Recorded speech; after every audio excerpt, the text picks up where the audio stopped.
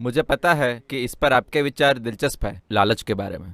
मैं कॉरपोरेट के संदर्भ में लालच की बात कर रहा हूँ और इसके बारे में बात करते हुए कई रंग देखेंगे, पर मुझे यकीन है कि यहाँ मौजूद सभी लोग आपका नज़रिया जानने के लिए बहुत उत्सुक है। If you use the word greed, अगर आप लालच शब्द का इस्तेमाल करते हैं तो इसका मतलब है कि आप मार्केट इकोनॉमी चला रहे हैं, पर आपके दिमाग में कम्युनिज्म घूम रहा है। आप लालच की बात तभी कर सकते हैं जब आप एक कम्युनिस्ट हों।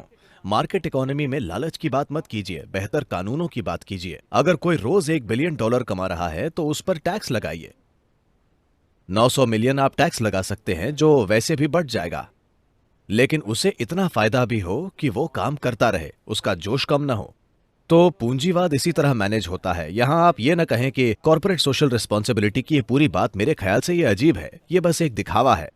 उसके बजाय सरकार अगर प्रशासन के पास जरूरी समझ है तो आप सही किस्म की नीतियां ला सकते हैं जहां बिजनेस बेलगाम विकास कर सकते हैं, लेकिन इससे बाकी समाज को स्वाभाविक रूप से फायदा होगा। ऐसा आसान कानूनों से, टैक्स और दूसरे तरह के कानूनों से किया जा सकता है। बिजनेस के कानून ऐसा कर सकते हैं। सेवा की बात करने की जरूरत नहीं है, लालच की बात करने की जरूरत नहीं है। हर कोई गरिमा के साथ जी सकता है, क्योंकि अगर आप सेवा का फायदा लेते हैं तो आप अपनी गरिमा खो देंगे। अगर आप सेवा प्रदान करते हैं तो आप स्वर्ग जाते हैं। ये दोनों गलत हैं।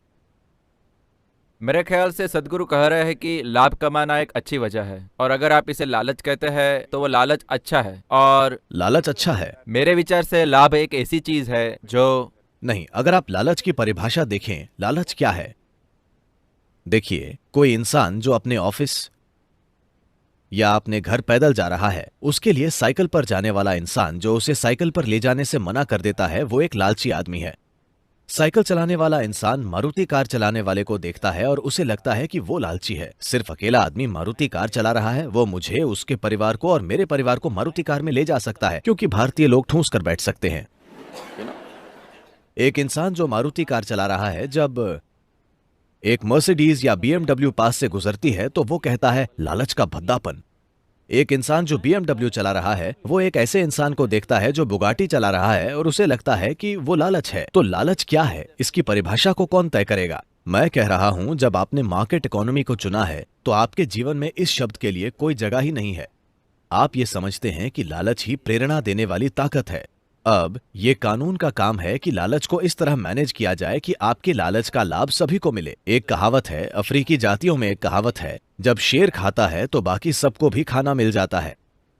तो अगर आप एक शेर हैं तो आपके पास बड़ी क्षमता है। जब आप भोजन करते हैं तो कानून को इस तरह से होना चाहिए कि अगर आप लाभ कमाते हैं तो सभी अच्छे से जी पाएं।